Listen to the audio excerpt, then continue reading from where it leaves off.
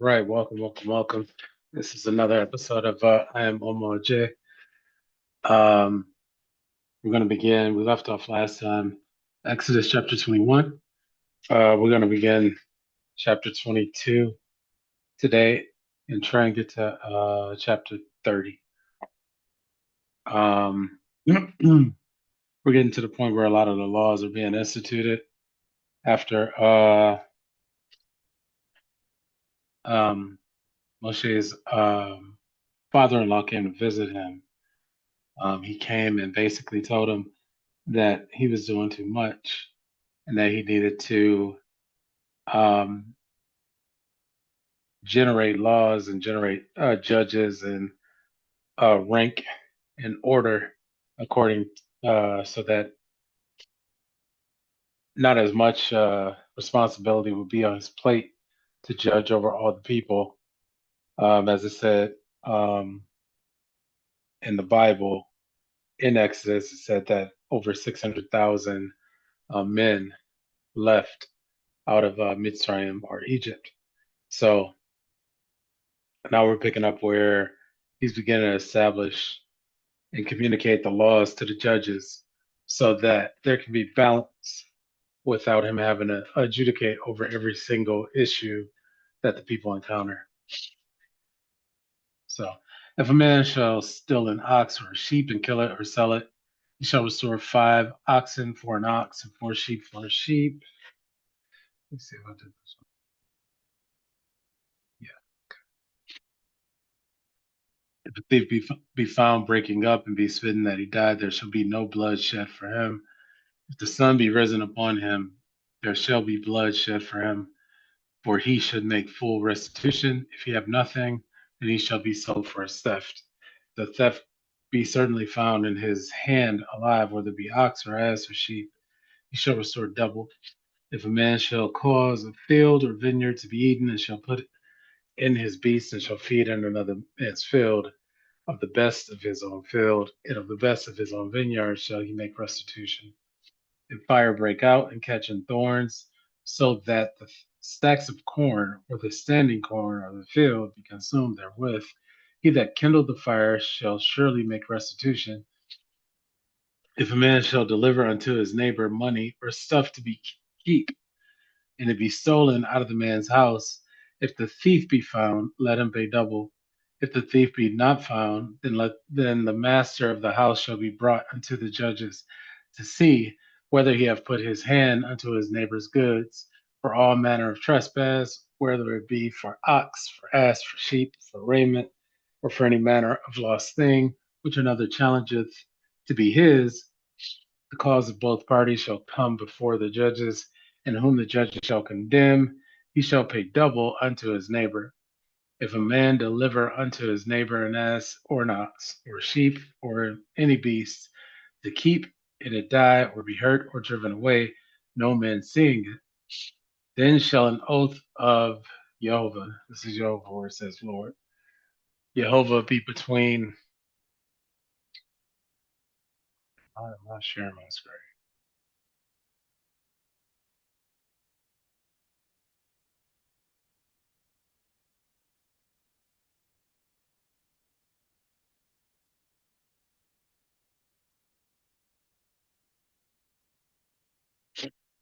Apologies for that.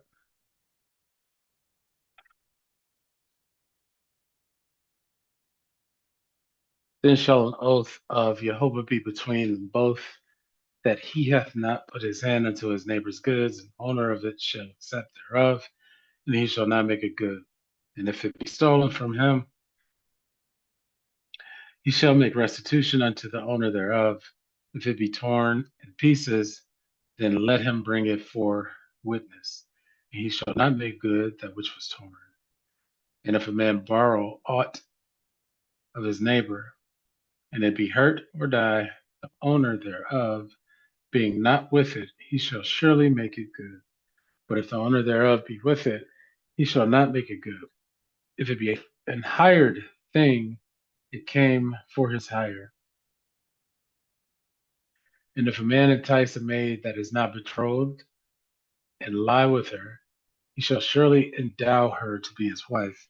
If her father utterly refuse to give her unto him, he shall pay money according to the dowry of virgins. Thou shalt not suffer they shall not suffer a witch to live. Whosoever lieth with a beast shall surely be put to death. He that sacrificeth unto any god, this is Elohim, or is it? I don't think it's Elohim. Yeah, generic general term for a deity.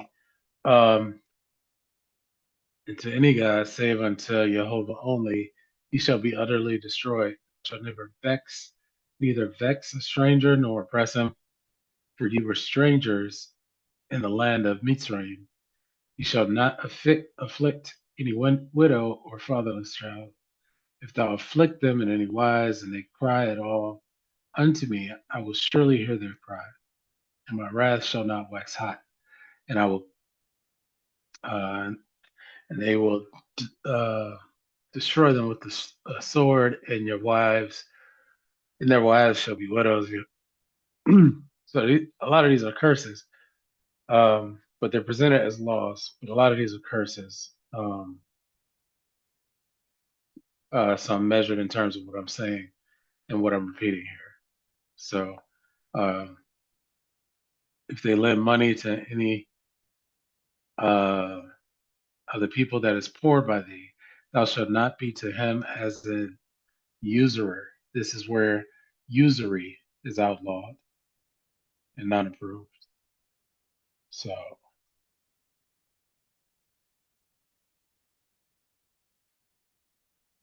thou shalt not be to him as an usurer, neither shalt thou lay upon him usury. Usury is when somebody puts a high interest rate or puts the interest rate on money that they lend to someone that is poor amongst them. So those who lend to those amongst them who are poor, and they attach a percentage of interest on top of that, that is called usury.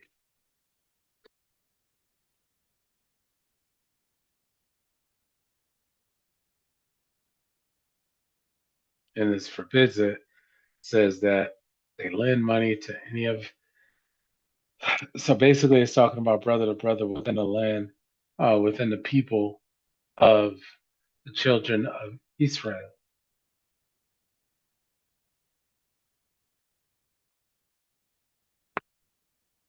So brother to brother, there's supposed to be no interest. That's what this is talking about.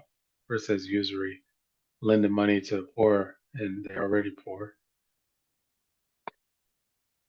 If thou at all take thy neighbor's raiment to pledge, thou shalt deliver it unto him by that the sun goeth down. For that is his covering only, it is his raiment for his skin. Wherein shall he sleep? And it shall come to pass when he crieth unto me that I will hear, for I am gracious. Thou shalt not revile the gods nor curse the ruler of thy people, the gods, the Elohim. But um, previously it said Jehovah only, and now it's saying the Elohim. Thou shalt not revile the Elohim nor curse the ruler of thy people. This is letting you know again, this is a multiple deity, a council of deities, and this is supposed to be the people that one of the council of deities or one of the Elohim um,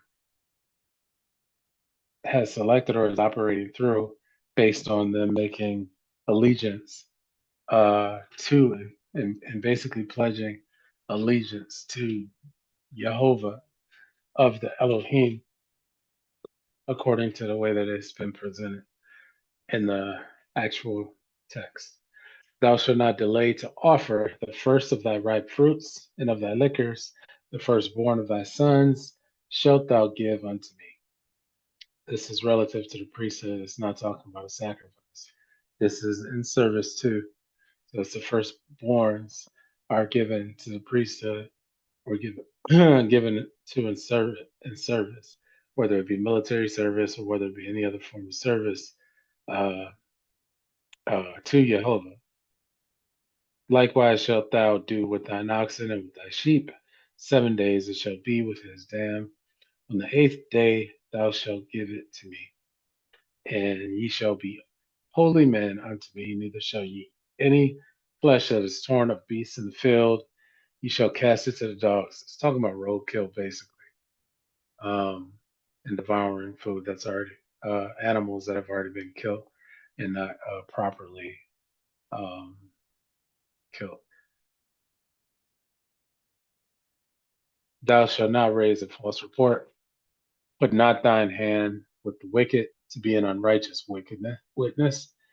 Thou shalt not follow a multitude to do evil, neither shalt thou speak in a cause to decline after many to wrest judgment. So this is talking about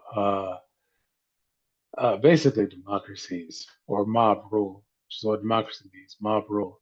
So when they're dragging people out of the courthouses and lynching people in the streets and hanging them from uh, light poles. Thou shalt not be part of the multitude to do evil, neither shall they speak at a cause to the client. So basically, rabble rouse um, after many to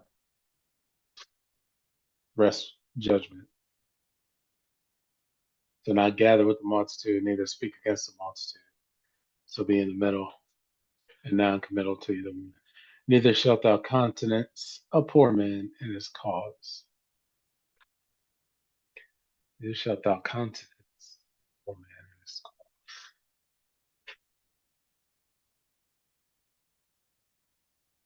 Or swell up, really, patience, favor, or honor. Be high or proud.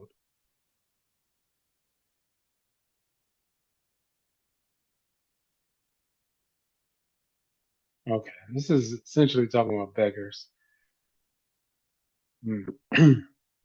So don't have a haughty spirit and basically don't stick your nose up when it comes to poor man and his cause, where he has taken on the cause of begging to survive. Essentially, um, if thou meet thy enemy's ox or his ass going astray, thou shalt surely bring it back to him again.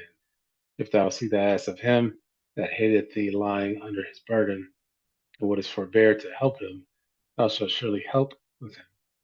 Thou shalt not rest the judgment of thy poor in his cause. Same thing, don't interfere with the poor begging. Um,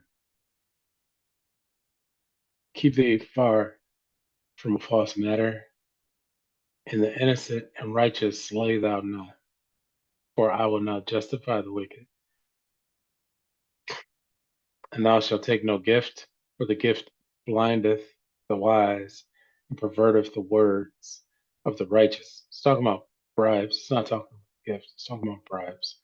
Also, thou shalt not oppress a stranger, for ye know the heart of a stranger, seeing ye were strangers in the land Mitzrayim.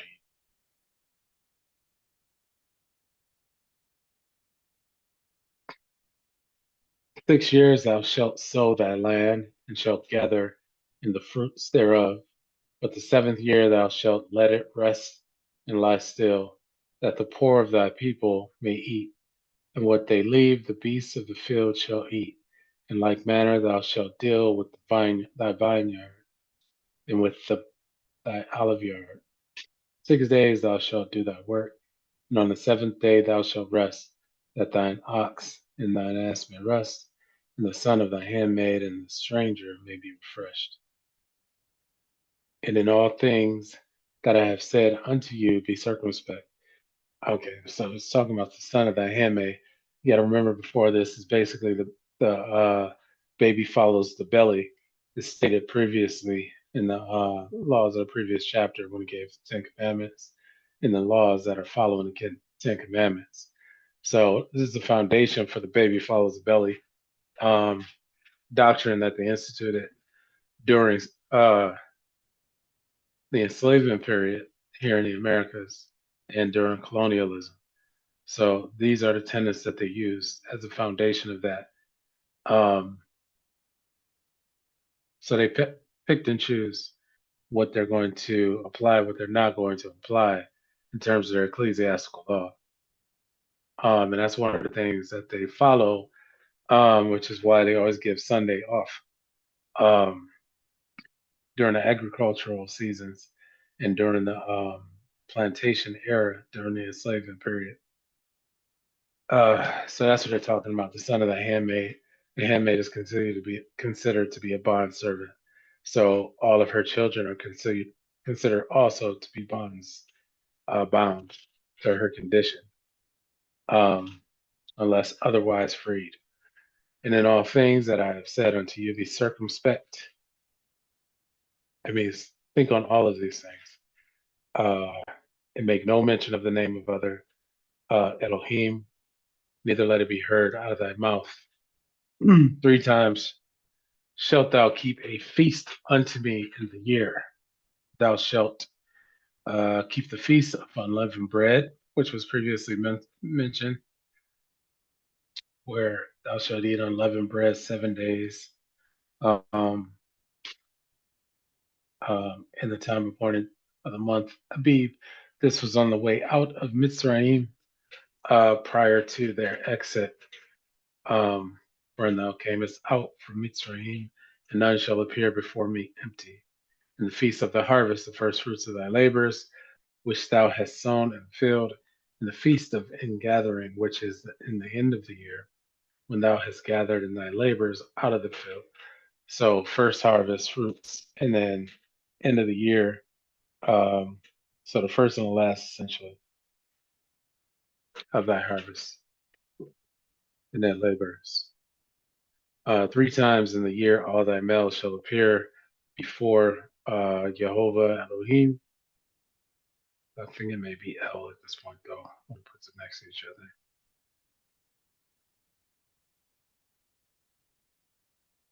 Jehovah.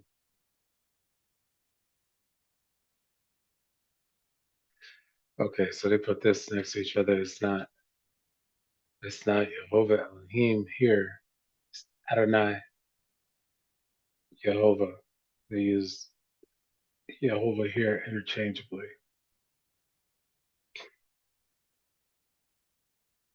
instead of Elohim. They use Jehovah. So this is Adonai, um, saying Master, Lord. It's Adonai, Jehovah.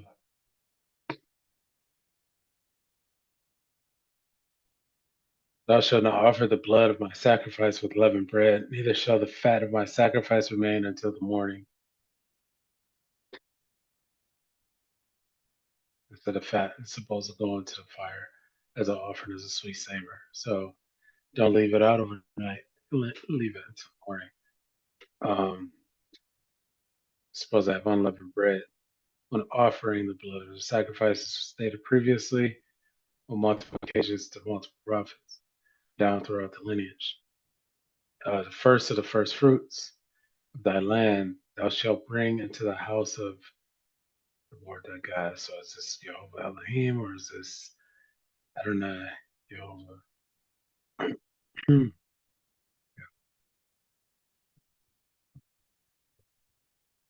So I think the way that it's put together is like it actually means something else, but the way they've translated it is to be Jehovah Elohim, Lord thy God.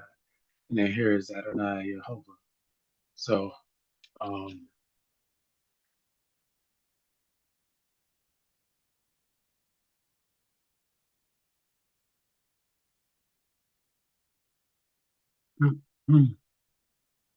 first of the first fruits of the land thou shalt bring into the house of Jehovah thy Elohim. Thou shalt not seethe a kid in his mother's milk.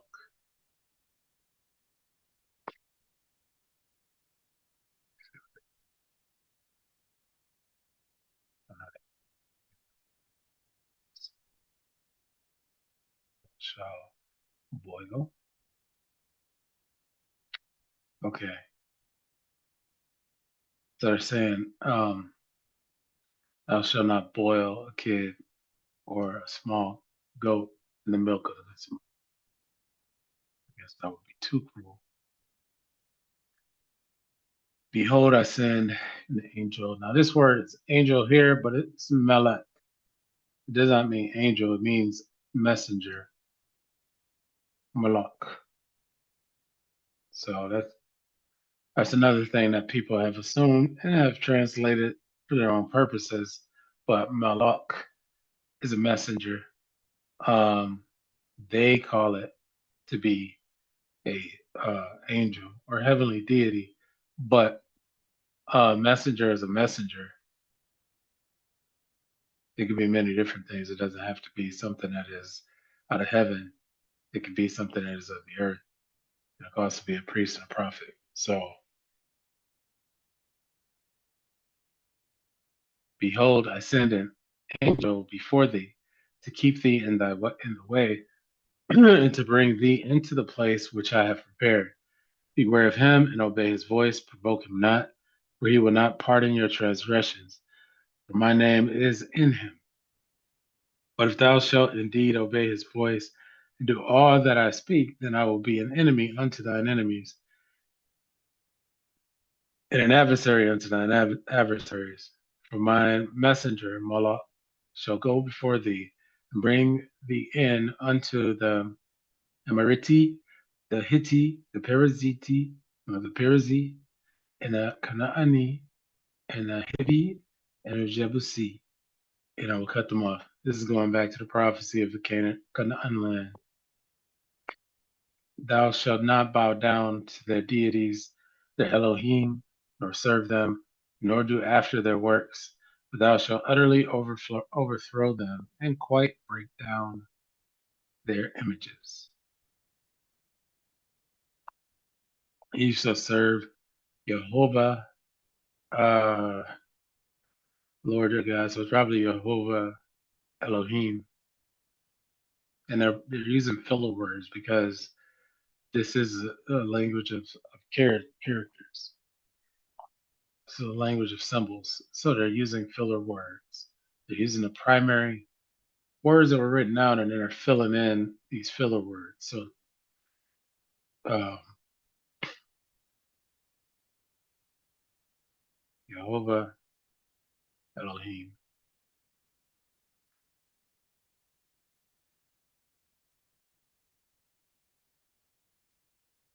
He shall serve Jehovah Elohim, and he shall bless thy bread and thy water. And he will take sickness away from the midst of thee. There shall nothing cast their young, nor be barren in thy land. The number of thy days I will fulfill.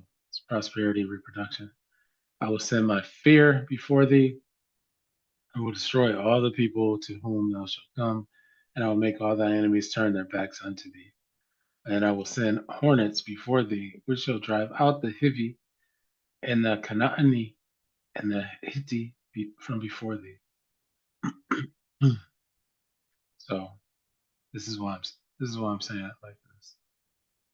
Kivi, not Hivi. It's Kivi,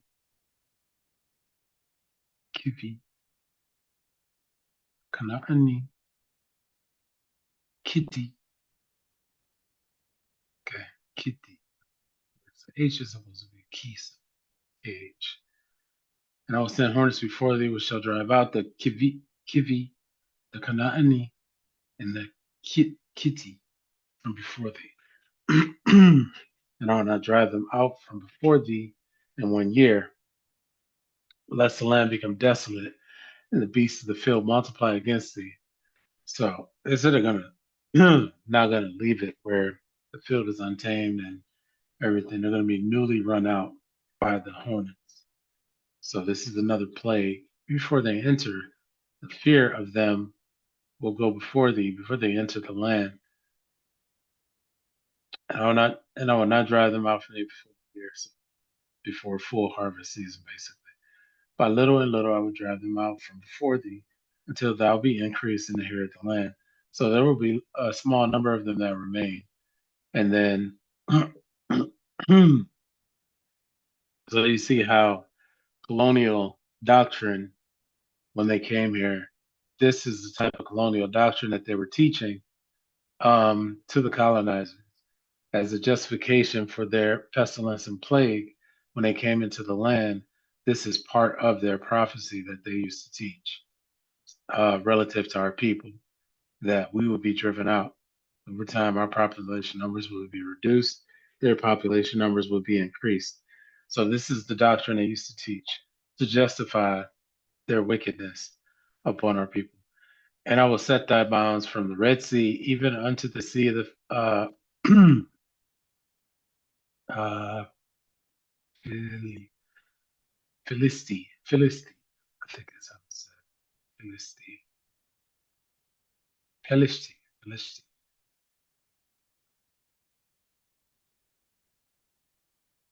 Pelishti, from the desert unto the river, for I will deliver the inhabitants of the land unto your hand, and thou shalt drive them out before thee. Thou shalt make no covenant with them, nor with their Elohim. They shall not dwell in thy land, lest they make thee sin against me. For if thou serve their Elohim, it will surely be a snare unto thee. So this is basically saying that they have to practice their own culture and not be given over to the culture of those that they are called into Canaan land to live amongst. So let your ways not be like their ways to be separate. And he said unto Moshe, come up to Jehovah, thou and Aharone. Let's just go back. Aharone, Nadab, Abihu, and 70 of the elders of Israel, Israel, um,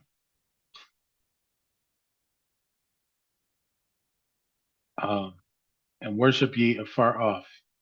And Moshe alone shall come near to Jehovah, but they shall not come nigh. Neither shall the people go up with him. And Moshe came and told the people all the words of Jehovah and all the judgments. And all the people answered with one voice and said, all the words which Jehovah hath said we will do. So this is like what was said previously about when Moshe approaches uh, the seat of the Most High upon the mount, when he goes up into the mount. And Moshe came and told the people all the words of Jehovah and all the judgment. And all the people answered with one voice and said, all the words which Jehovah has said, we do. Then Moshe wrote all the words of Jehovah and was up early in the morning, building an altar under the hill, and 12 pillars according to the 12 tribes of Israel. And he sent young men of the children of Israel, which offered burnt offerings and sacrificed peace offerings of oxen unto Jehovah.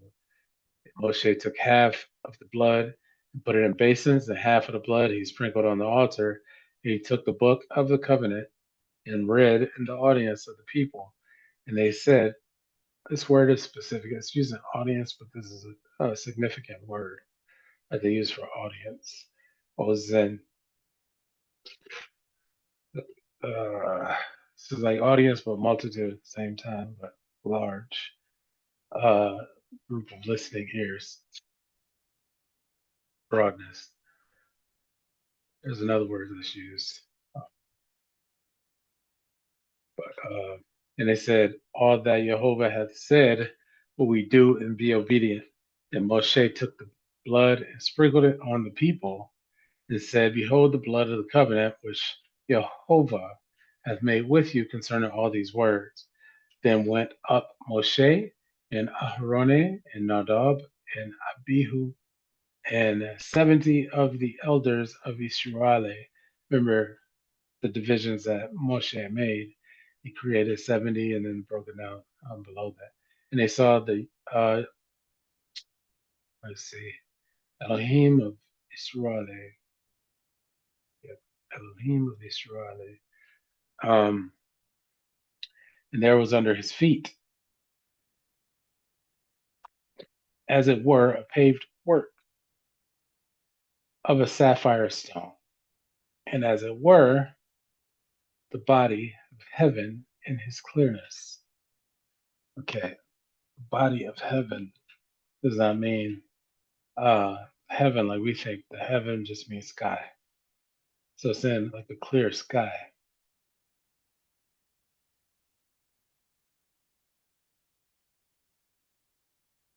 The sky or lofty, aloft. It's not talking about heaven like you would think from the New Testament. It's saying sky. So the sapphire stone, what color is the sapphire stone? Sapphire stone.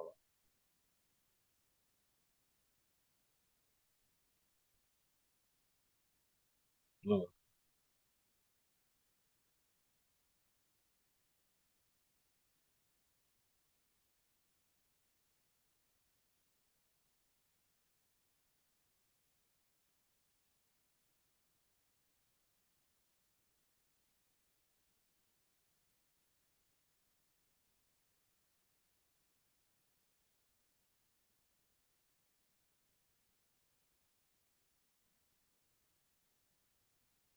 So yeah.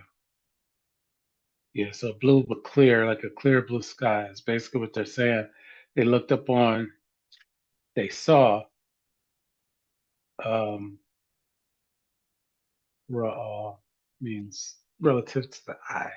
So um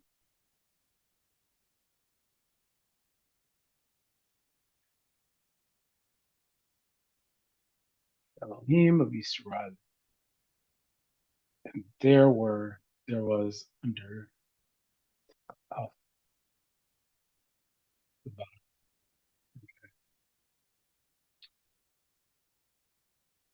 Okay, so it's saying that they saw and he actually presented himself to them.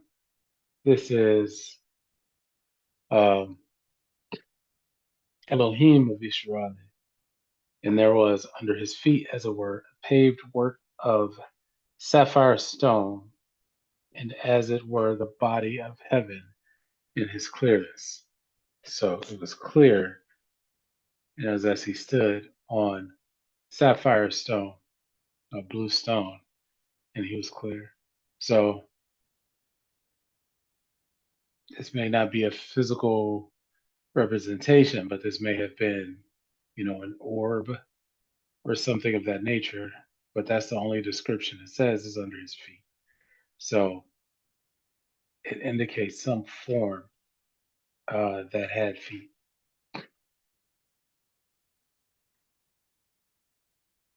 So it may have been see through like an orb, but under his feet stood on sapphire, what appeared to be like sapphire. Right? Yeah. And upon the nobles of the children of Israel, he laid not his hand. Also, they saw Elohim and did eat and drink. And, and Jehovah said unto Moshe, come up to me into the mount and be there, and I will give these tables of stone and a law and commandments which I have written, that thou mayest teach them. And Moshe rose up and his minister um, Yahashua,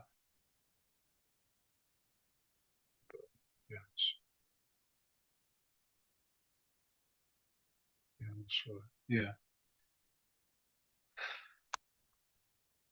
And Moshe went up into the mount of Elohim, and he said unto the elders, tarry ye here for us until we come again unto you. And behold, Aharone and are with you. Or is it Ur? Because that's that H there. I think it's her though.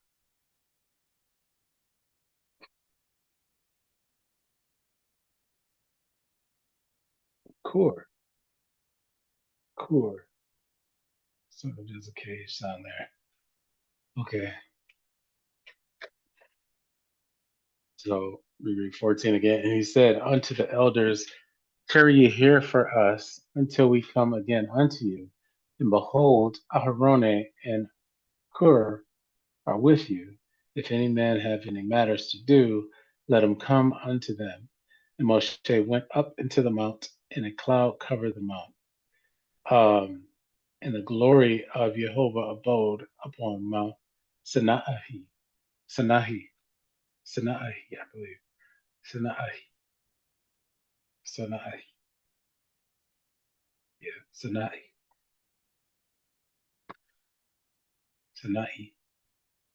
And the cloud covered it 6 days. And the seventh day he called unto Moshe out of the midst of the cloud, in the sight of the glory. Whose glory is different than the one that was, I believe, it was used previously. Couple day, properly wait. Yeah.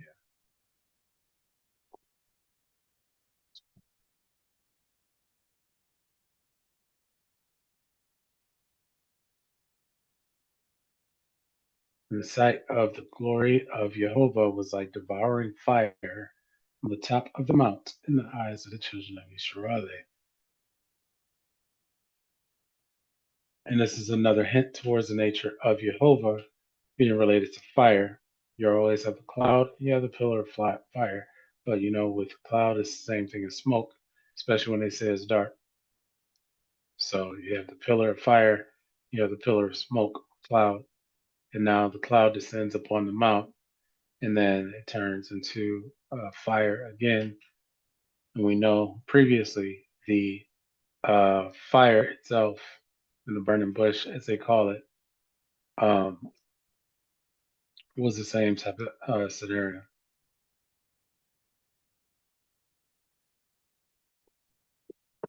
Moshe went into the midst of the cloud and got him up into the mount.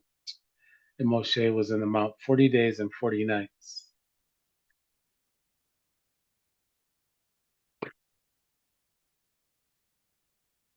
And Jehovah spake unto Moshe, saying, Speak unto the children of Israel that they bring me an offering. And every man that giveth it willingly with his heart, ye shall take my offering.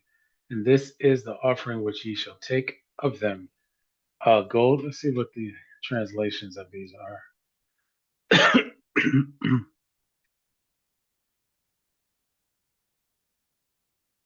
Zahab, Kesef,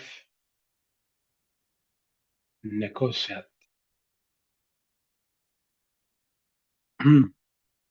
Gold, silver, and brass. But brass and metallurgy is a mix of copper.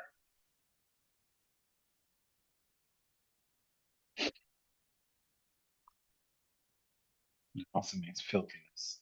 It also means steel.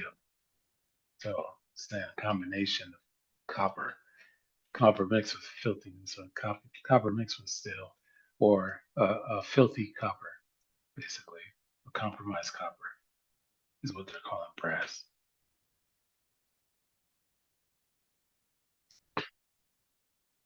Hmm. Blue, tequila, which is actually violet. They're calling it blue though, but it's actually violet. And this is saying purple.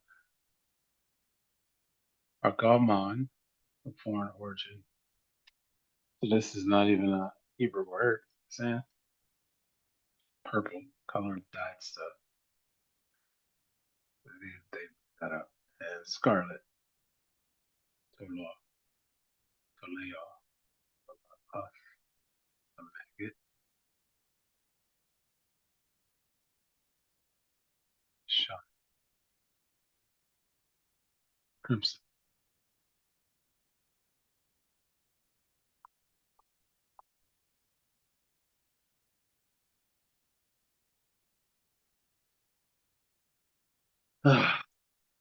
So this is saying scarlet, but it is crimson, maggot, is voracious, some group. Okay, so that's what it's saying. So this is basically talking about a silkworm. It's crimson grub with a silkworm, so I believe it has something to do with producing color. I'm saying crimson maggot.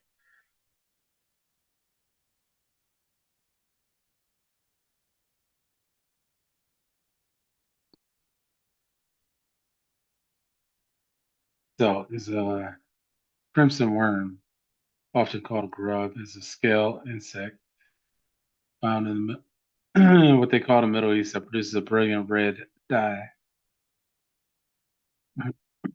Renowned in antiquity, this dye was used for priestly garments and tabernacle curtains.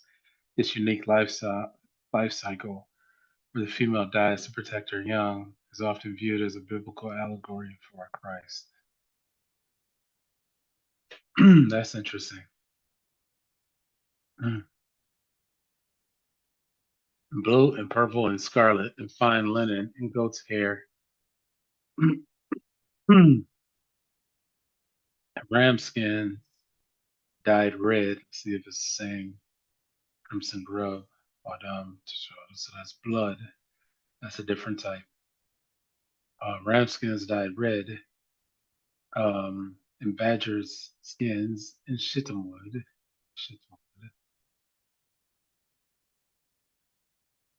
Shittim. Sticks. Acacia. Shittim. Shittim. Shittim wood.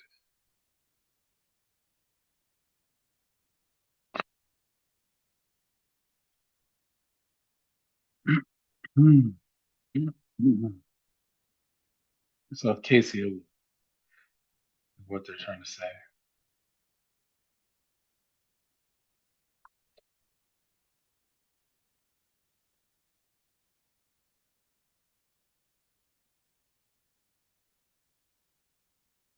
So the acacia tree. The wood of the acacia tree. Mm.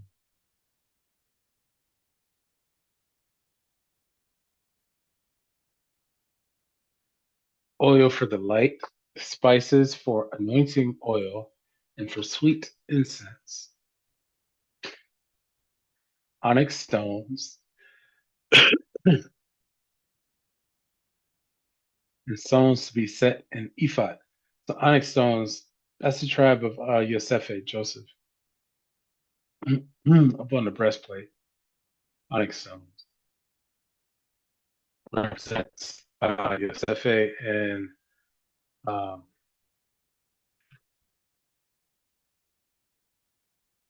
and his brother Misery, Mystery. Can't remember. Um, and stones to be set in the ephod and in the breastplate, and let them make me a sanctuary that I may dwell among them, according to all that I show thee, after the pattern of the tabernacle and the pattern of all the instruments thereof, even so shall ye make it. And they shall make an ark of shittim wood, 2 cubits and a half shall be the length thereof, and a cubit and a half the breadth thereof, and a cubit and a half the height thereof. And a cubit is 3.5 feet or something.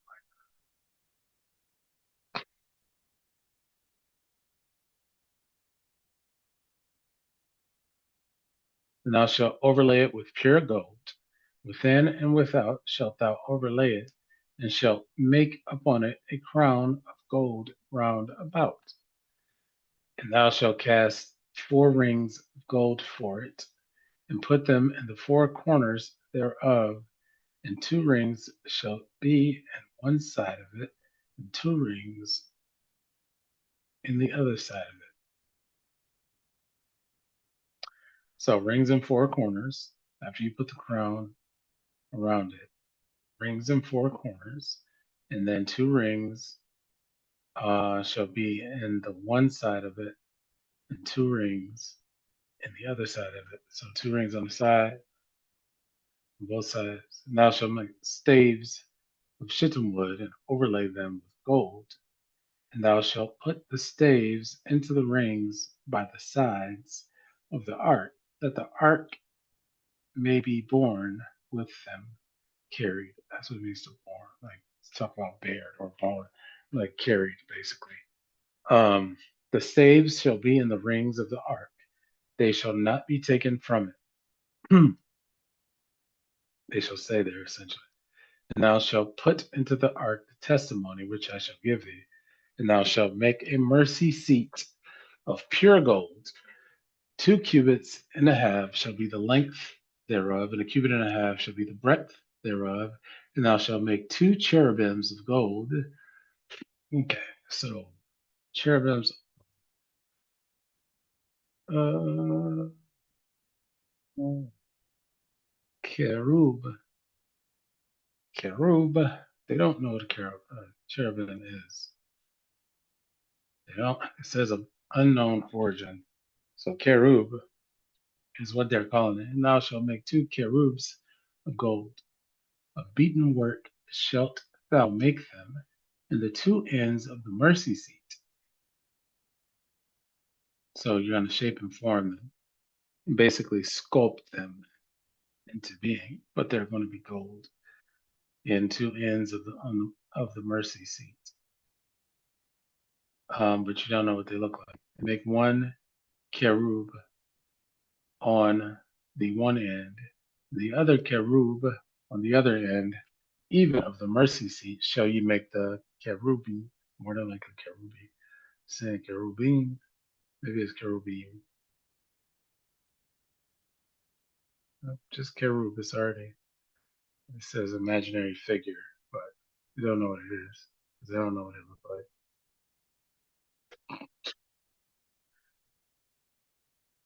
Cherub on the 2 ends thereof, and the cherub shall stretch forth their wings on high, covering the mercy seat with their wings, and their faces shall look one to another toward the mercy seat, shall the faces of the cherub be.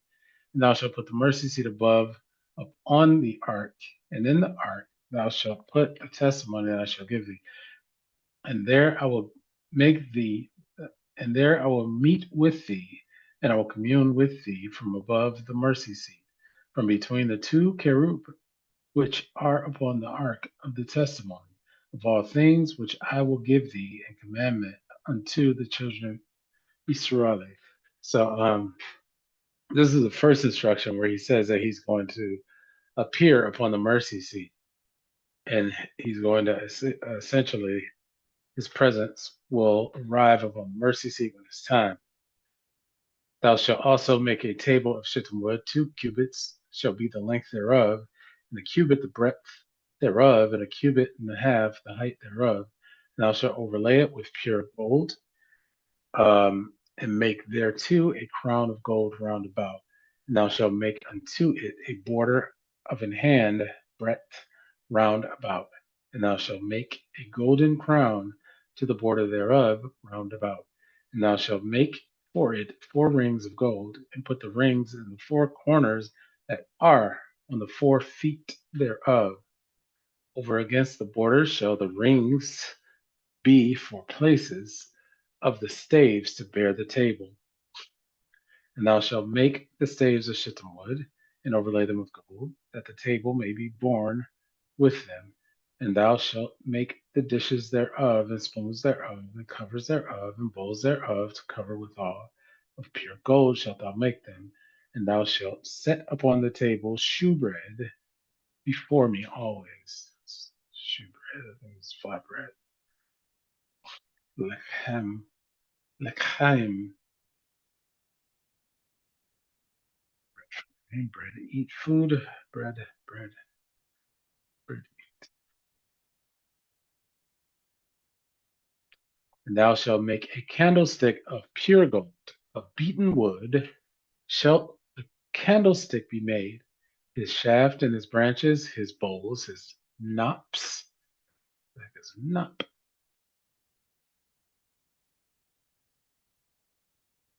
captore, a chaplet, means to encircle, used only in an architectonic sense, that is, the capital of a column, or a wreath like a button or disc on the candelabrum.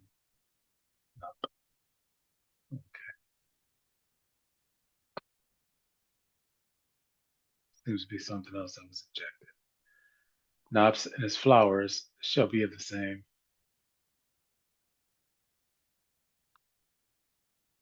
And thou shalt make a candlestick of pure gold, beaten work shall the candlestick be made, his shaft and his branches, his bowls, his knops, and his flowers shall be of the same. And 6 branches shall come out of the sides of it, 3 branches of the candlestick out of one side, and 3 branches of the candlestick on the other out of the other side. 3 bowls made unto almonds, with a knop and a flower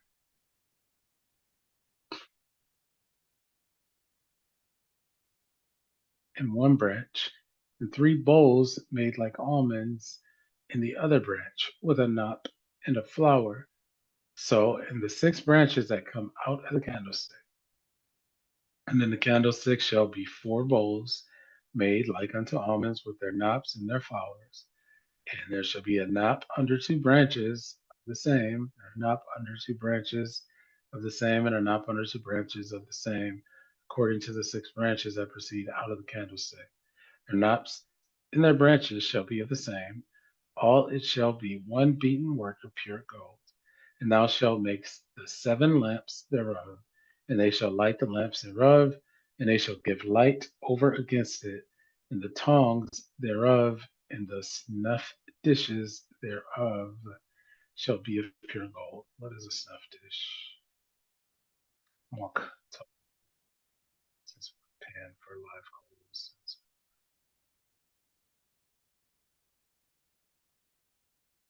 Okay, the tongs thereof and the snuff dishes thereof shall be of pure gold. Of a talent of pure gold shall he make it. That's a measure. A talent is a measure. Uh, with all these vessels, and look that thou make them after their pattern, which was showed thee in the mount.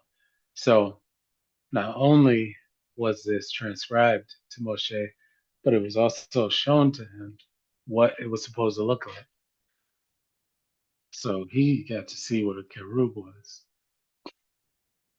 Moreover, thou shalt make the tabernacle 10 curtains of fine twined linen, and blue, and purple, and scarlet, with cherub cunning work shalt thou make them.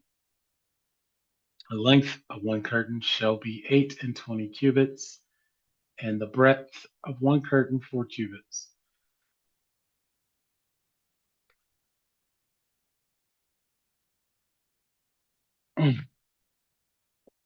Cubit is between 17.5 and 20 inches. So, okay, Royal Egyptian cubit is 21 inches, or 20.6. Babylonian long cubit is 19.8 to 20.4 inches. Um, common short cubit is basically 18 inches, 17 and a half to 18 inches. Um, because they're coming out of Mitzrayim, Egypt, it would make sense that this cubit is 21 according to the Royal Egyptian cubit. So it's 21 inches base, 20 and a half inches. So it's a little under 2 feet. So it said the length of one curtain shall be 8, 20, 28 cubits.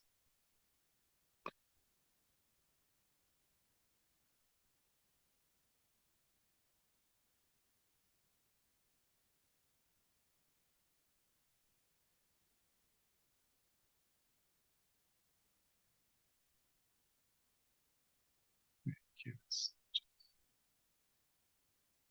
Hmm.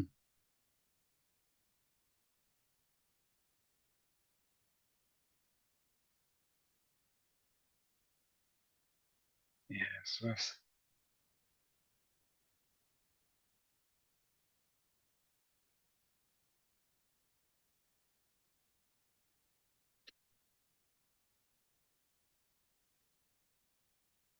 42 feet foot curtains. 40, 42 to 48, depending on which measurement you use. With the curtains of the tabernacle, 48 feet approximately.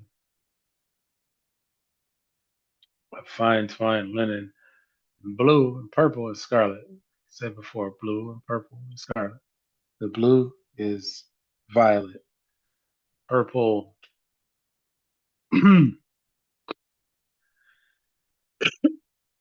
It's basically saying foreign origin is what they call purple.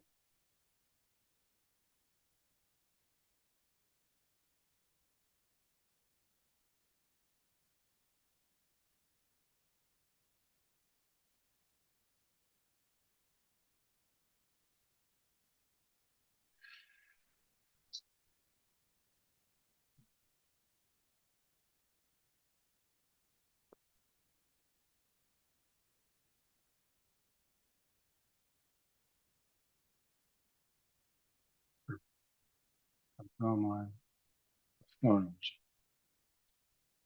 other dikes.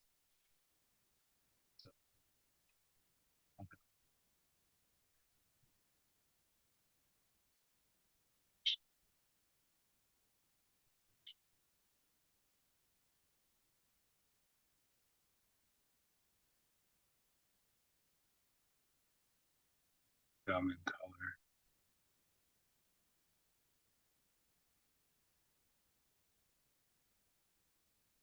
Okay, so common.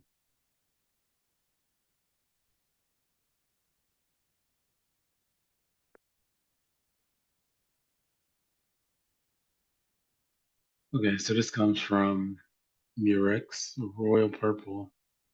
Comes from a sea snail, Murex sea snail. That they say at the time. So that's where they get purple from. Well, the purple is referring to a process that makes a dye for something that they call Tyrian purple or foreign origin. So that's just the name of argamine, was the original word that was used. And violet.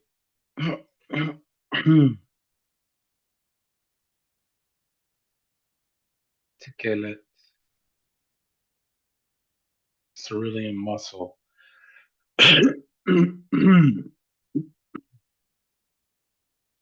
So this is from the mussel, the shell of cerulean mussel that they ground to make the color violet or like a dark violet. They call it blue. And the purple argamon came from the glands of a sea snail. And scarlet, this scarlet comes from the crimson grub, uh,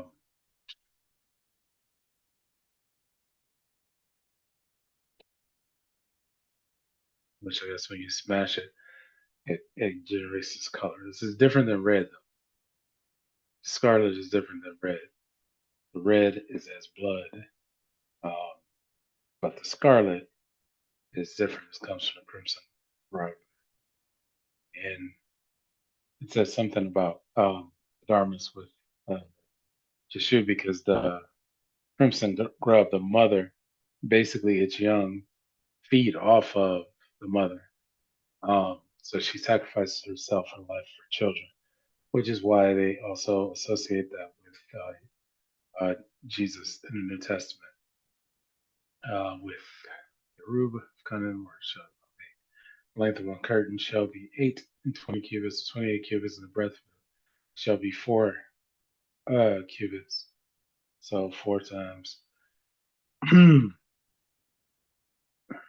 So about 100 inches. 100 inches wide. Uh, which is a little less than, which is around 8 feet, 8 feet wide and 48 feet tall. So it's 8 by 48 basically. And every one of the curtains shall have one measure.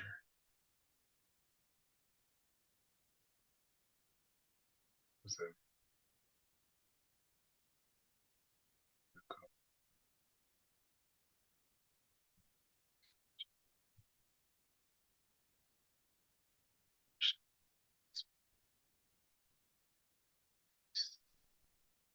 so it's saying just one piece for each curtain. This is one piece.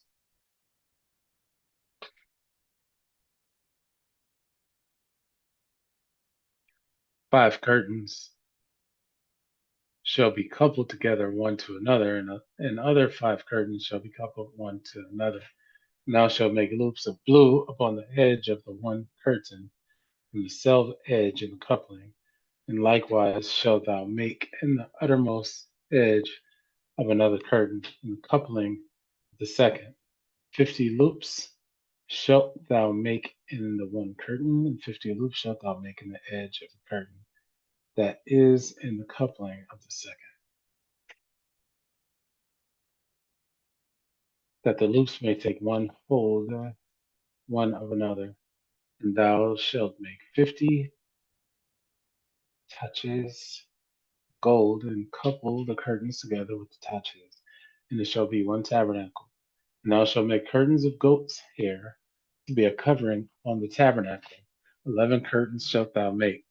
The length of one curtain shall be 30 cubits, and the breadth of one curtain 4 cubits. And the 11 curtains shall be all of one measure. And thou shalt couple 5 curtains by themselves, and 6 curtains by themselves, and shalt double the 6th curtain in the forefront of the tabernacle.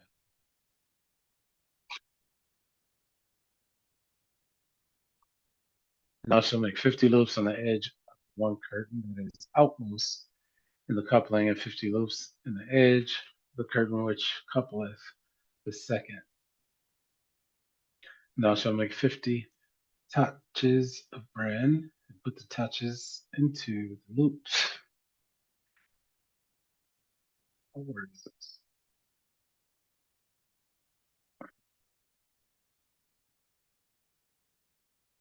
Keres, a knob, or belaying pin.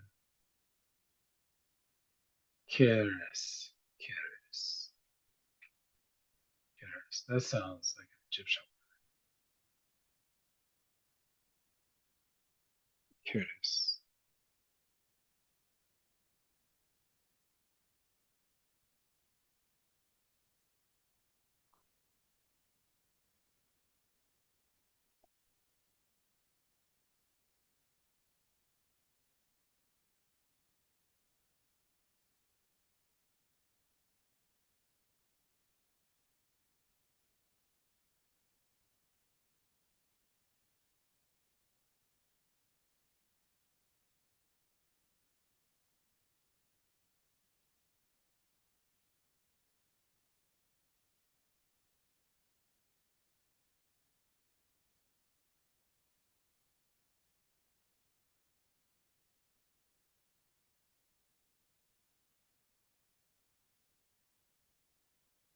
So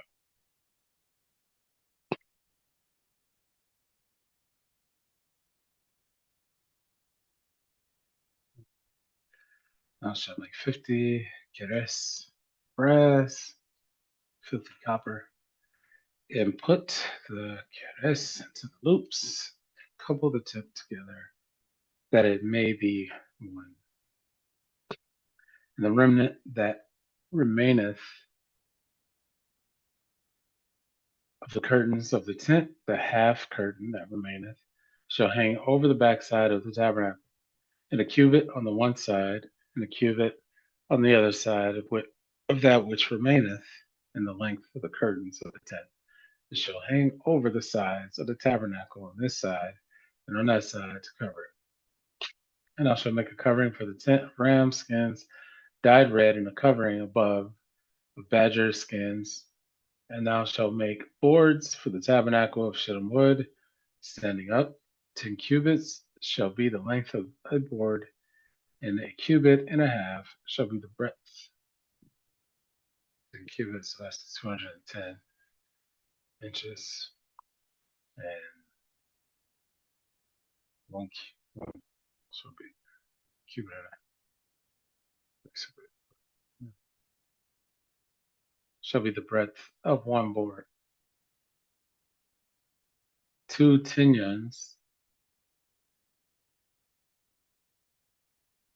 yard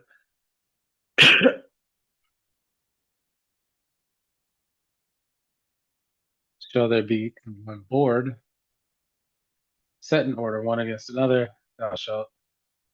Thus shalt thou make for all the boards of the tabernacle. Thou shalt make the boards for the tabernacle 20 boards on the south side, southward, And thou shalt make 40 sockets of silver under the 20 boards, 2 sockets under one board, for his 2 pinions, and 2 sockets under another board for his 2 pinions. And for the second side of the tabernacle, the north side, there shall be 20 boards, and there 40 sockets of silver, 2 sockets under one board, and 2 sockets under another board. And for the sides of the tabernacle westward, thou shalt make 6 boards. And 2 boards shalt thou make for the corners of the tabernacle on the 2 sides. And they shall be coupled together beneath, and they shall be coupled together above, and the head above the head of it unto one ring. Thus shall it be for them both. They shall be for the 2 corners. And they shall be 8 boards in their sockets of silver, 16 sockets, and 2 sockets under one board, and 2 sockets under another board. And thou shalt make bars of shittim wood, 5 for the boards of the one side of the tabernacle, and 5 bars for the boards the other side of the tabernacle, 5 bars for the boards of the side of the tabernacle for the 2 sides westward.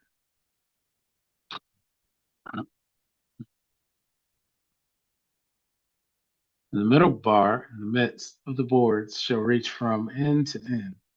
And thou shalt overlay the boards with gold, and make their rings of gold for places for the bars. And thou shalt overlay the bars with gold.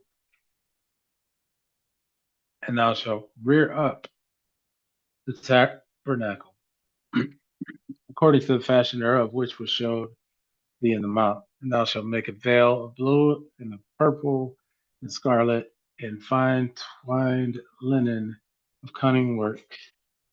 Cunning work means like a design. With cherub shall it be made. And thou shalt hang it upon 4 pillars of shittim wood overlaid with gold. Their hooks shall be of gold upon the 4 sockets of silver. And thou shalt hang up the veil under the takis, that thou mayest bring in thither within the veil the ark of the testimony, and the veil shall divide unto you between the holy place and the most holy.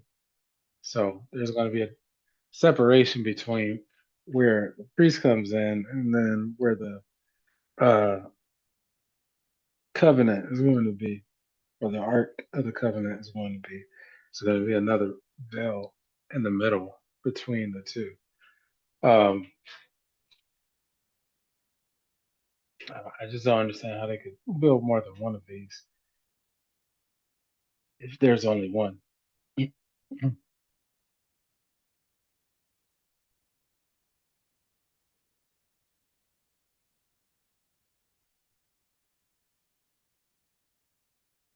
Okay. Okay, so it's talking about the veil. You put up a veil, and thou shalt put the mercy seat upon the ark of the testimony in the most holy place. And thou shalt set the table without the veil, and a candlestick over against the table on the side of the tabernacle toward the south. And thou shalt put the table on the north side. The table, I'm assuming, means tablet. They're not talking about a. Oh, I was actually talking about a table. Oh.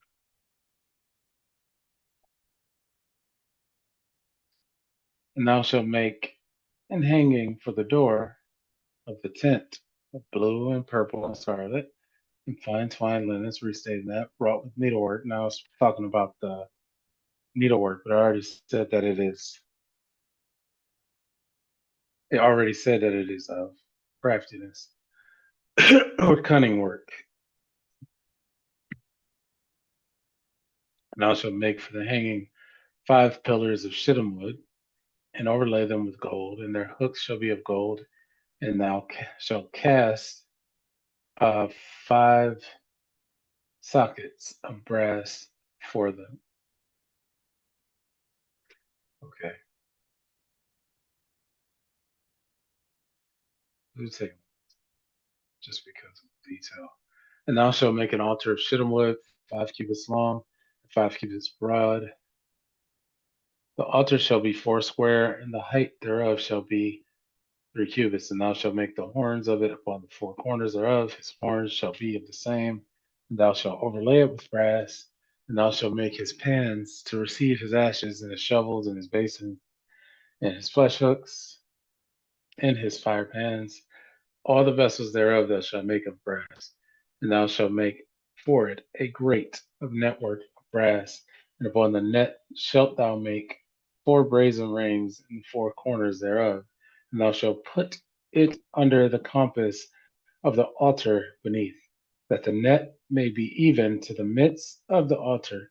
And thou shalt make staves for the altar, staves of shittim wood, and overlay them with brass. The staves shall be put into the rings, and the staves shall be upon the 2 sides of the altar to bear it, hollow with boards. Shalt thou make it, and as it was showed thee in the mount, so shall they make it. And thou shalt make the court of the tabernacle for the south side southward. There shall be hangings for the court of fine twined linen of 100 cubits long for one side, and the 20 pillars thereof, and their 20 sockets shall be of brass. The hooks of the pillars and their fillets shall be of silver. Fillets shall be of silver. And likewise for the north side in length, there shall be hangings of 100 cubits long, in his 20 pillars and their 20 sockets of brass, the hooks of the pillars in their fillets or fillets of silver. And for the breadth of the court on the west side shall be hangings of 50 cubits, their pillars 10, and their sockets 10. And the breadth of the court on the east side, eastward, shall be 50 cubits. The hangings of one side of the gate shall be 15 cubits, their pillars 3, and their sockets 3. And for the gate of the court shall be an hanging of 20 cubits of blue and purple and scarlet, fine twined linen wrought with needlework. In their pillars shall be 4, and their sockets 4. All the pillars round about the court shall be filleted with silver. Their hooks shall be of silver, and their sockets of brass. The length of the court shall be 100 cubits, and the breadth 50 everywhere. And the height 5 cubits, fine twined linen, and the sockets of brass. All the vessels of the tabernacle, and all the service thereof, and all the pins thereof, and all the pins of the court shall be of brass. Oil for the lamp. And thou shalt command the children of Israel that they bring the pure olive oil beaten for the light, to cause the lamp to burn always. In the tabernacle of the congregation, the veil, which is before the testimony, Aaron and his sons, the Levites, or the Levites, or the Levi, and his sons shall order it from evening to morning before Jehovah. It shall be a statute forever unto their generations on the behalf of the children of Israel. All right. Mhm, mhm, mhm.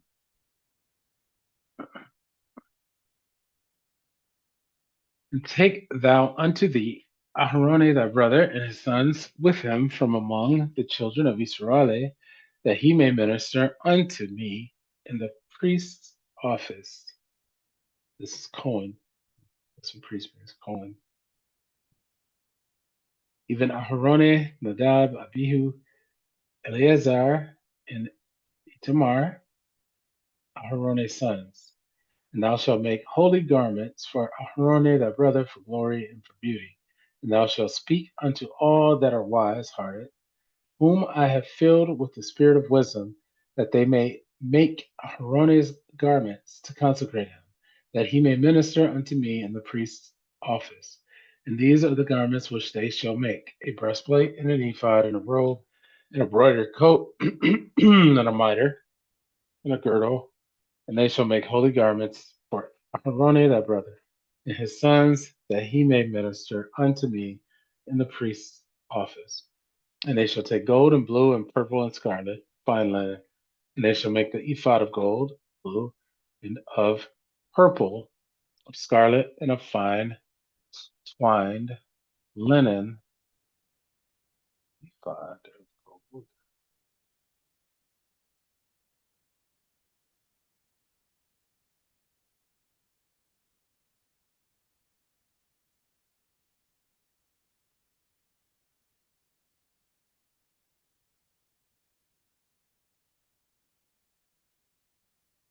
The ephod is a breastplate. It is the ephod. It is the ephod, according to what they say. Ephode, ephode, ephode, girdle. Ephode, shoulder piece, also generally an image of ephod, ephode, and a robe, an embroidered coat, and a mitre,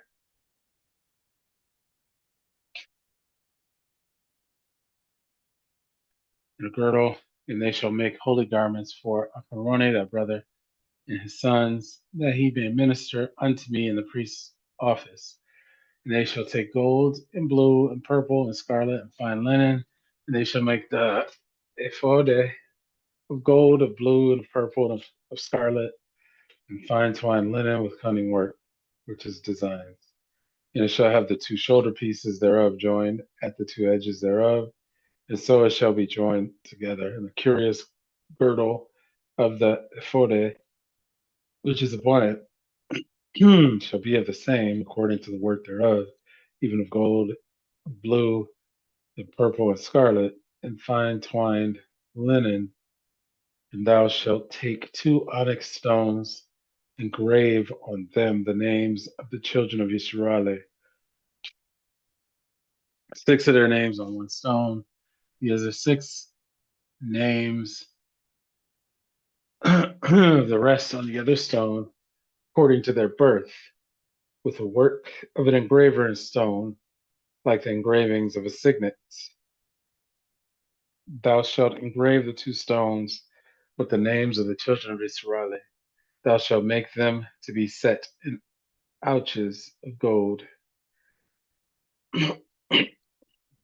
And thou shalt put the two stones upon the shoulders of the ephod for stones of memorial unto the children of Israel. And Aaron shall bear their names before Jehovah unto, upon his two shoulders for a memorial. And thou shalt make ouches of gold and two chains of pure gold at the ends of wreathen work shalt thou make them, and fasten the wreathen chains to be ouches to the ouches. And thou shalt make the breastplate of judgment with cunning work after the work of the ephod.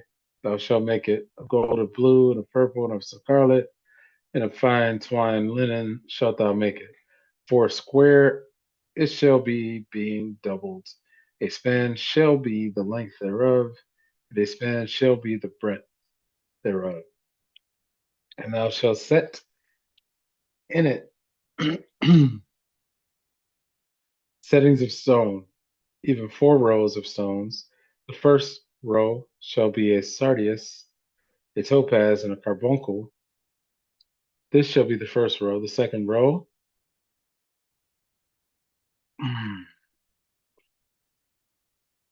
shall be an emerald, a sapphire, and a diamond.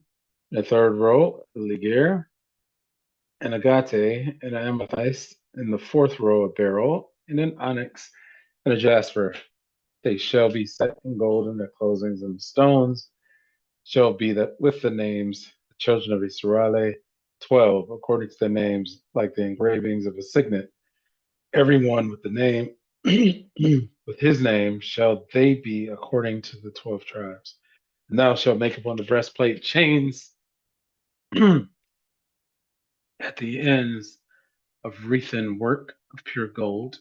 And thou shalt make upon the breastplate 2 rings of gold, and shalt put the 2 rings on the 2 ends of the breastplate. And thou shalt put the 2 wreathen chains gold in the 2 rings which are on the ends of the breastplate. And the other 2 ends of the 2 wreathen chains thou shalt fasten into the 2 ouches and put them on the shoulder pieces. of the ephod before it. And thou shalt make 2 rings of gold, and thou shalt put them upon the 2 ends of the breastplate and the border thereof, which is in the side of the ephod or ephod inward. And 2 other rings of gold thou shalt make, and shalt put them on the 2 sides of the ephod underneath, toward the forepart thereof, over against the other coupling thereof, above the curious girdle of the ephod. And they shall bind the breastplate by the rings thereof unto the rings of the ephod with a lace of blue, that it may be above the curious girdle of the ephod, and that the breastplate be not loosened from the ephod. And Aharon shall bear the names of the children of Israel in the breastplate of judgment upon his heart, where he goeth in unto the holy place for a memorial before Jehovah continually. And thou shalt put in the breastplate of judgment, the Urim and the Thummim.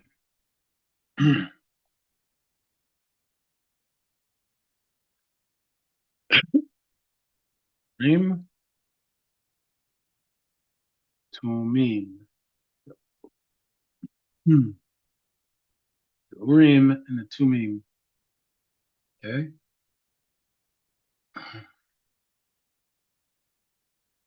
The auricular brilliancy of the figures in the high priest's breast. Auricular. Hmm. Complete truth. Complete truth. Complete truth. And it shall be upon Aharon's heart when he goeth in before Jehovah, and Aharon shall bear the judgment of the children of Israel upon his heart before Jehovah continually.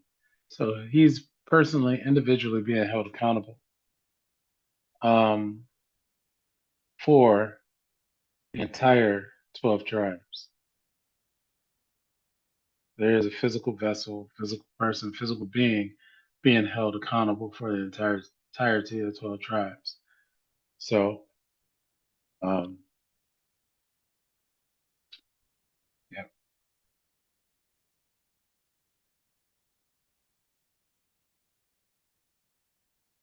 Okay. Now shall make the robe of the ephod all of blue, and there shall be a hole in the top of the goose.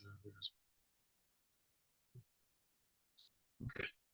And thou shalt make the robe of the ephod all of blue. It's basically the girdle. This is all like one piece that he's putting on relative to the girdle of the ephod.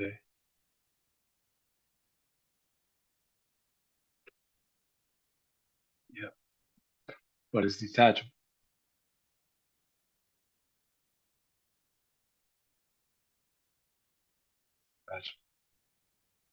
Um, and there shall be a hole in the top of it, in the midst thereof it shall have a binding of woven work round about the whole of it, as it were the whole of an habergeon, habergeon, habergeon.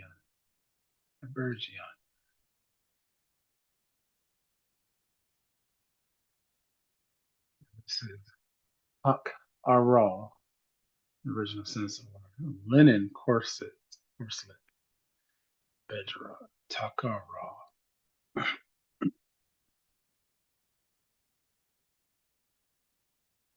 Okay. That it not be rent or torn. And beneath upon the hem of it thou shalt make pomegranates of blue, and of purple and of scarlet, round about the hem thereof. Bells of gold between them round about, and the golden bell and the pomegranate upon the hem of the robe round about. It shall be upon Aharon to minister, and his sound shall be heard when he goeth in unto the holy place before Jehovah, and when he cometh out, that he die not. So he needs to speak loudly when he goes in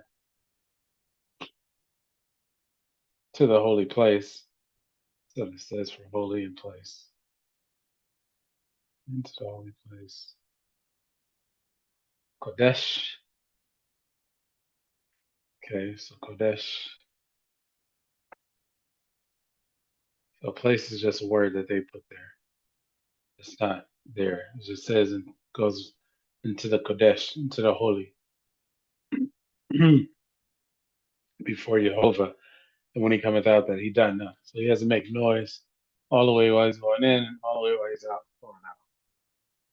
He has to minister and speak loud. And thou shalt make a plate of pure gold engrave upon it, like the engravings of a signet, holiness to Jehovah. Now let's see what it actually told them to inscribe. Kodesh Jehovah. So it says Kodesh Jehovah. Kodesh is that symbol there, which is basically saying the most holy, the holy of holies, Jehovah. So this is a house that they've created specifically for Jehovah, not for any of the other Elohim, but for Jehovah specifically. And I shall put it on a blue lace, that it may be upon the mitre, on the forefront of the mitre, it shall be. And it shall be upon Aharon's forehead, that Aharon may bear the iniquity of the holy things, which the children of Israel shall hallow in all their holy gifts. And it shall be always upon his forehead, that they may be accepted before Jehovah. So Kodesh Jehovah is on all of these things. It's on the linen, um, it's on the lace, it's on his garment, it's on his forehead, it's on the breastplate, it's on the dish, it's on everything. Kodesh Jehovah. And thou shalt embroider the coat of fine linen. Thou shalt make the mitre of fine linen. Thou shalt make the girdle needlework. So you sew that part and make the mitre of fine linen, the coat of fine linen. And for Aharon's sons thou shalt make coats, and thou shalt make them for them girdles, bonnets shalt thou make for them for glory and for beauty. And thou shalt put them upon Aharon thy brother and his sons with him, and shalt anoint them and consecrate them and sanctify them, that they may minister unto me in the priest's office, or in the priest's position, or in the Cohen's position, of Kohone, Khan, Khan, which means priest.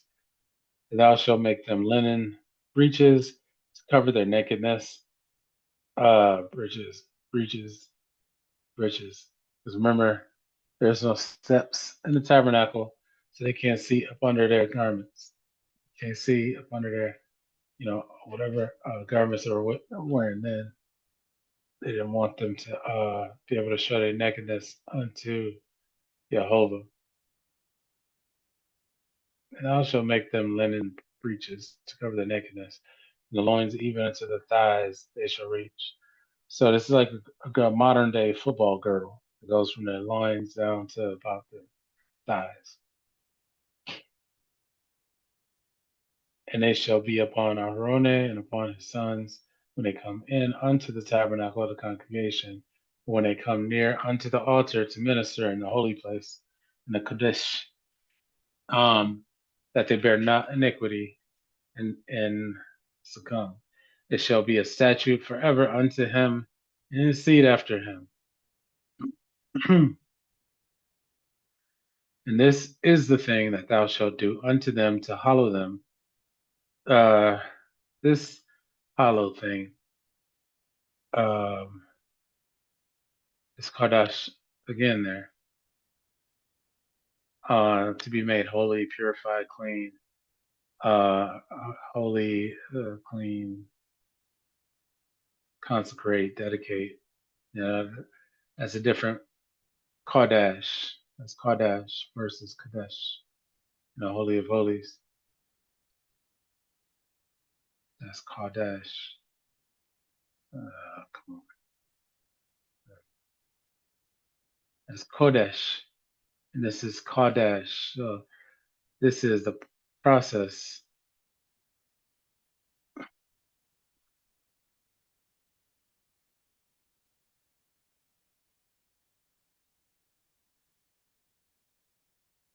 Kodesh. This is different than Kodesh, but it's similar. The shish, dash is that same last part. Kodesh, dash.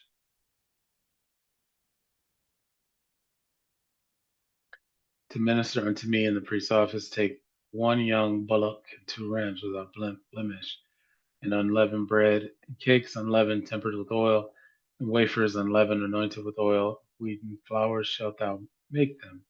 And thou shalt put them into one basket, and bring them in the basket with the bullock and the two rams. And Aharon and his sons thou shalt bring unto the door of the tabernacle of the congregation, and shalt wash them with water.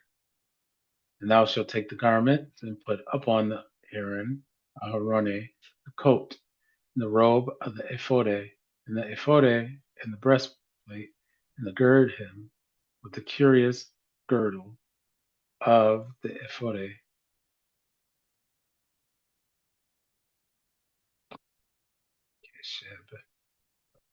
It's just curious.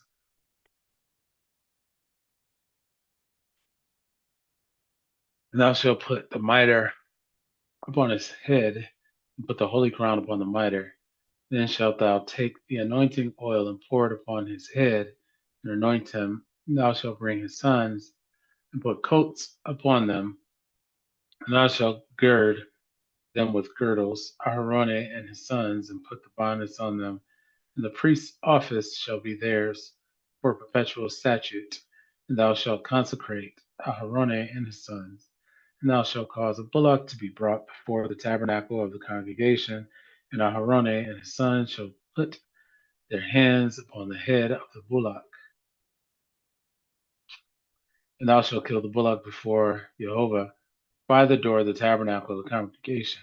And thou shalt take of the blood of the bullock, and put it upon the horns of the altar with thy finger, and pour all the blood beside the bottom of the altar. And thou shalt take all the fat that covereth the inwards, and the caul that is above the liver, and the two kidneys, and the fat that is upon them, and burn them upon the altar. But the flesh of the bullock, in his skin, in his dung, shalt thou burn with fire without the camp. It is a sin offering. Thou shalt also take one ram, and Aharon and his sons shall put their hands upon the head of the ram. And thou shalt slay the ram, and thou shalt take his blood, and sprinkle it round about upon the pillar, the altar. And thou shalt cut the ram in pieces, and wash the inwards of him and his legs, and put them in unto his pieces, and unto his head.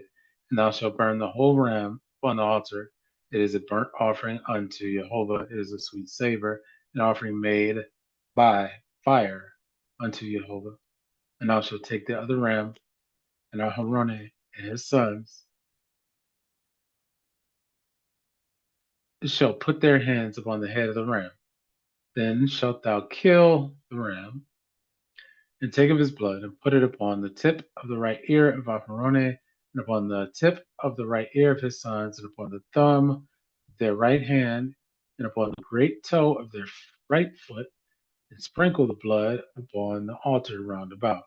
And thou shalt take of the blood that is upon the altar, and of the anointing oil, and sprinkle it upon Aharon, and upon his garments, and upon his sons, and upon the garments of his sons with him. And he shall be held or made holy. And his garments, and his sons, and his sons' garments with him shall be made holy, or hallowed. Also thou shalt take of the ram the fat in the rump, and the fat that covereth the inwards, and the caul above the liver. That's the spider web looking thing next to the liver. And the two kidneys and the fat that is upon them, and the right shoulder, for it is a ram of consecration. So these are the same things that were said previously to I believe it was With Adam, it was said again to, um, of course, Yosef, of course, Yakub, but also Noah. And one loaf of bread, and one cake of boiled bread, and one wafer out of the basket of the unleavened bread that is before Jehovah. Thou shalt put all in the hands of Aharon and in the hands of his sons, and shalt wave them, or wave offering before Jehovah. And thou shalt receive them of their hands, and burn them upon the altar for a burnt offering, for a sweet savor before Jehovah. It is an offering made by fire unto Jehovah. And thou shalt take the breast of the ram of Aharon's consecration, wave it for a wave offering before Jehovah, and it shall be thy part. And thou shalt sanctify the breast of the wave offering and the shoulder of the heave offering, which is waved, which is heaved up, of the ram of the consecration, even of that which is Aharone, and of that which is for his sons. And it shall be Aharon's and his sons by a statute forever from the children of Israel, for it is an heave offering, and it shall be an heave offering from the children of Israel, the sacrifice of their peace offerings, even their heave offering unto Jehovah. And the holy garments of Aharon shall be his sons after him, to be anointed therein, to be consecrated in them. And that son that is priest in his stead shall put them on 7 days, when he cometh into the tabernacle of the congregation to minister in the Kodesh tabernacle. Ohel, set, congregation is Moed, Wade, El Moade, minister is Sharath. Sharath.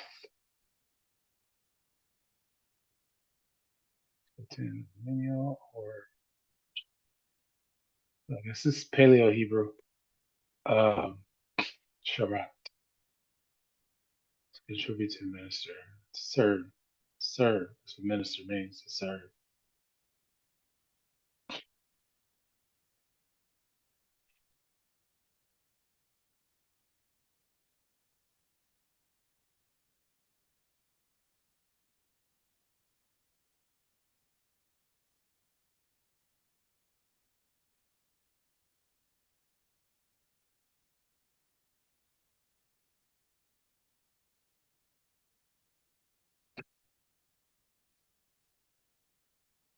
And thou shalt take the ram of consecration, seethe his flesh in the holy place. Seethe means to boil. And Aharone and his sons shall eat the flesh of the ram and the bread that is in the basket by the door of the tabernacle of the congregation. That's Kodesh. Ohel, Moede, door of the tabernacle. That's Ohel Moede.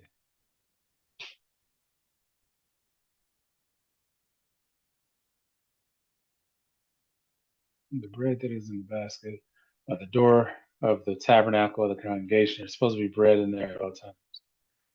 And they shall eat those things wherewith the atonement was made, consecrate and to sanctify them. The stranger shall not eat thereof, because they are holy.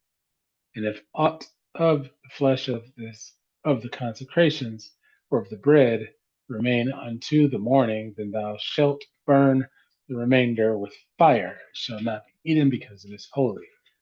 And thus shalt thou do unto Aharone and to his sons according to all things which I have commanded thee. 7 days shalt thou consecrate them. So they have to do this for 7 days. And thou shalt offer every day bullock for a sin offering for atonement. And thou shalt cleanse the altar when thou hast made an atonement for it. And thou shalt anoint it to sanctify it. 7 days thou shalt make an atonement for the altar and sanctify it. And it shall be an altar most holy. Whatsoever toucheth the altar shall be holy. Now this is that which thou shalt offer upon the altar: 2 lambs of the first year, day by day, continually. The one lamb thou shalt offer in the morning, and the other lamb thou shalt offer at even.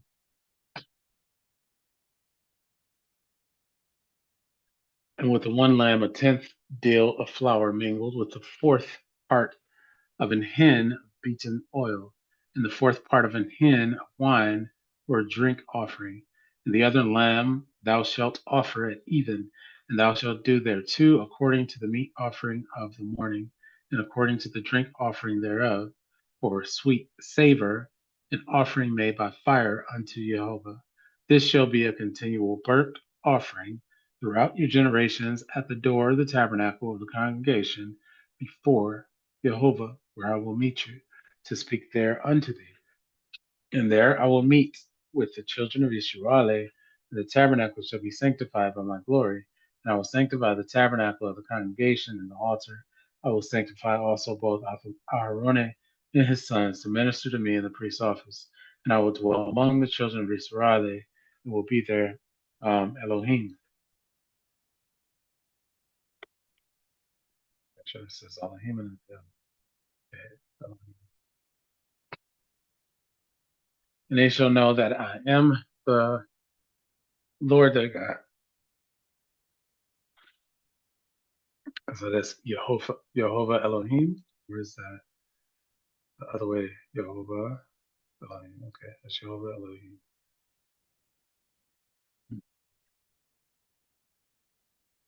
I brought them forth out of the land of Mitzrayim, that I may deal well, that I may dwell among them.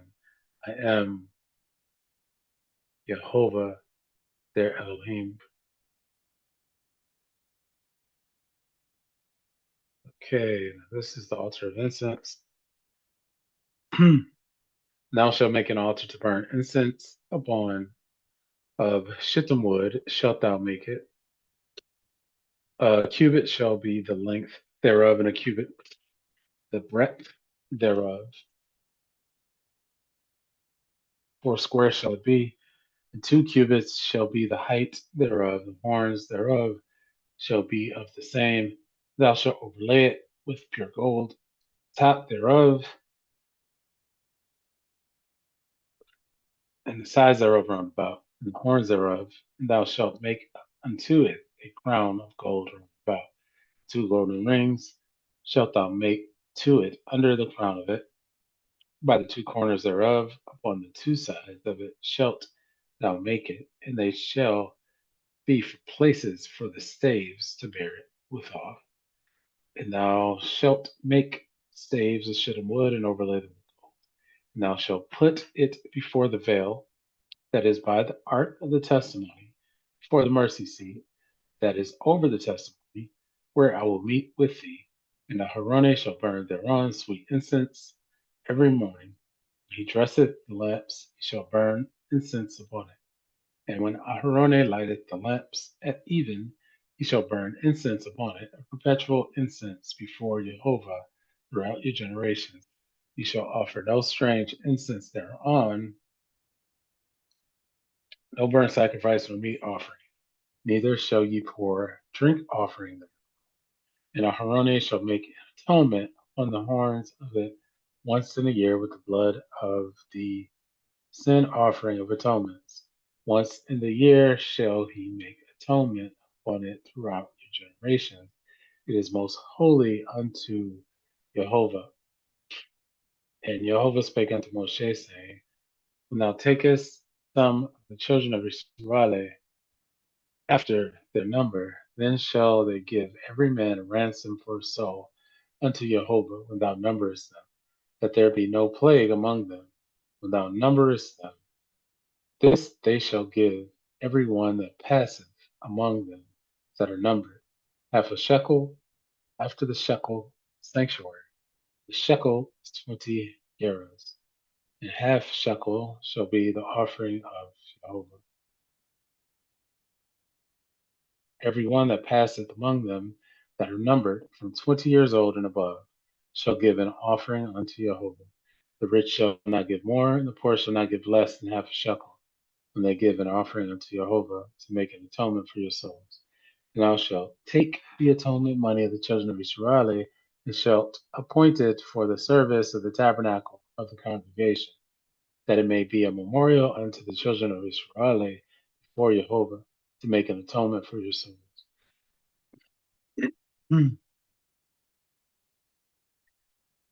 And Jehovah spake unto Moshe, saying, Thou shalt also make a laver of brass, and his foot also of brass, to wash withal. And thou shalt put it between the tabernacle of the congregation and the altar, and thou shalt put water therein. For Aaron and his sons shall wash their hands and their feet thereat when they go into the tabernacle of the congregation. Well, they shall wash with water, that they die not. Or when they come near to the altar to minister, the burnt offering made by fire unto Jehovah. So they shall wash their hands and their feet, that they die. And there shall be a statute forever to them, even to him, to his seed throughout the generations.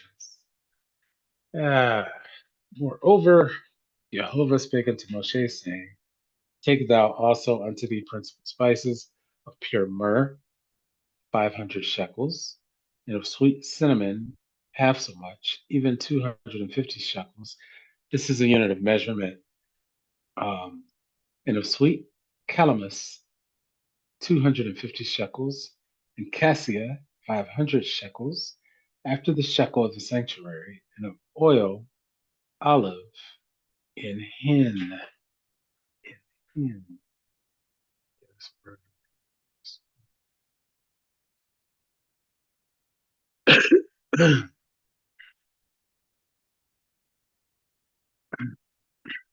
Hmm, hmm, of Egyptian origin.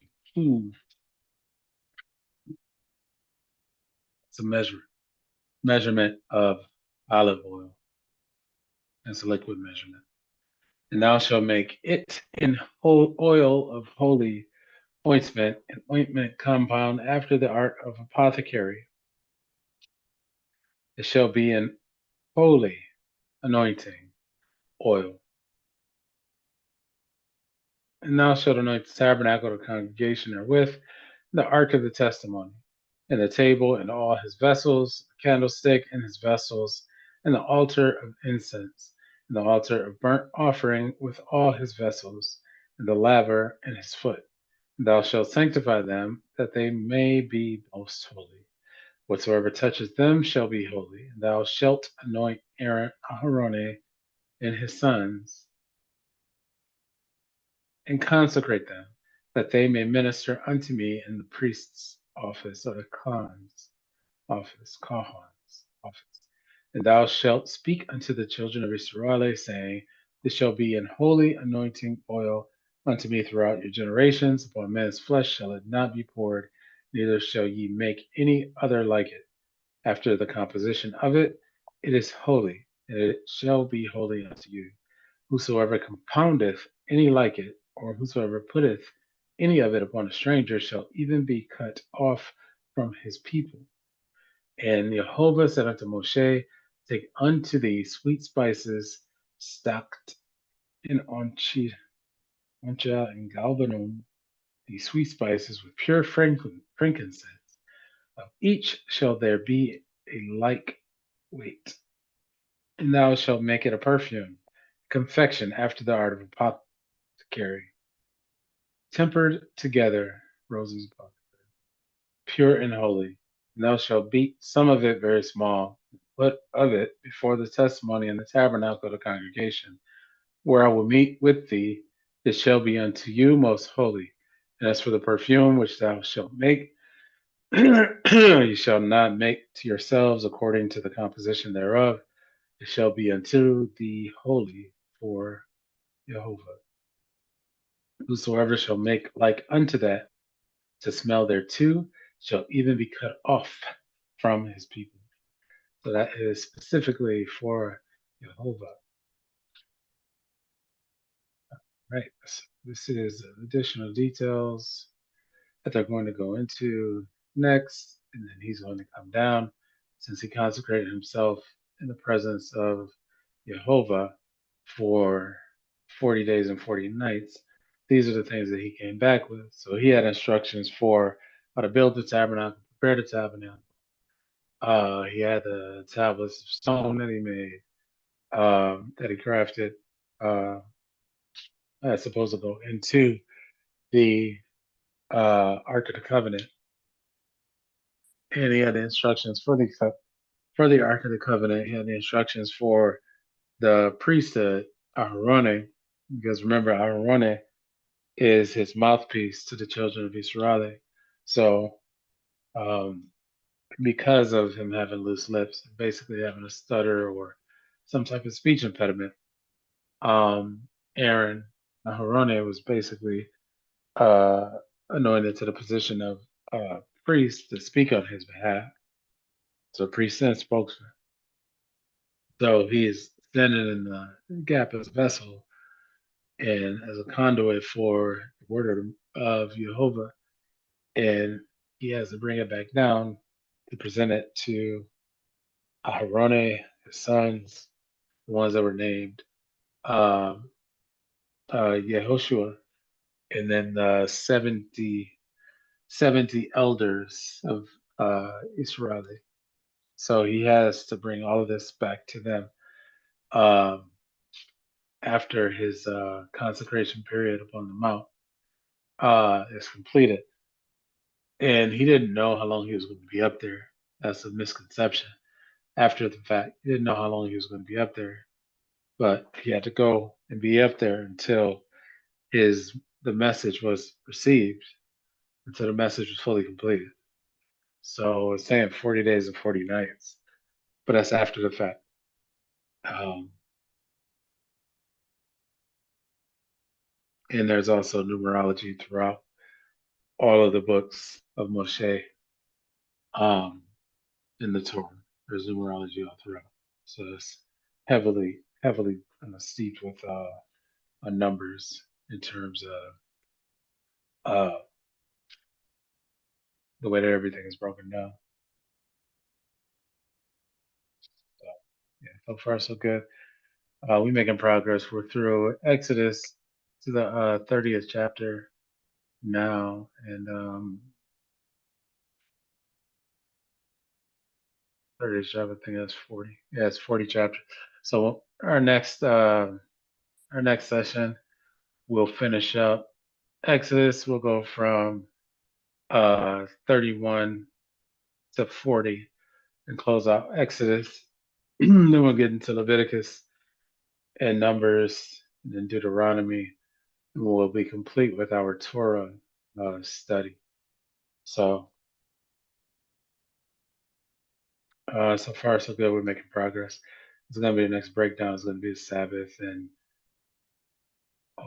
Holiab and Bezial El. So, yeah, instead of Kur. So, yeah, so far so good. We give thanks to the Creator, O Lord Almighty, the Creator of all things. We give thanks for another day, another opportunity to live, to grow, to develop. We give thanks for another opportunity to gather together. Um, another opportunity to do the reading so that we may study to show ourselves approved, study to show that we have a greater understanding and a greater level of understanding of the Torah as given to Moshe or Moses, um, for the instruction, the direction, and the correction of what we now know as the children of Israel or the children of Israel. So we give thanks for this opportunity. We ask that you cover our health, our life, watch over us and protect us as we navigate this world around us, and do our best to live the right way, do our best to create things that are good for the world and the world around us and the people around us. Let our journey, our travel be protected. Let us be supported. Let our pockets overflow with prosperity, and let our health be abundant. These things we say, Ashe, Ashe, Ashe. All right, see you next time. Um, appreciate everybody who's subscribed to the channel. Like, share, subscribe, um, and turn on your notifications so um, once things get more consistent in terms of our timing, we'll be able to um, come together and discuss in the chat and things like that. But continue to like, share, and subscribe to the channel. I am Omo OJ. Thank you. Awo Iguniyi. This is I am Amo J. Signing off. Take care.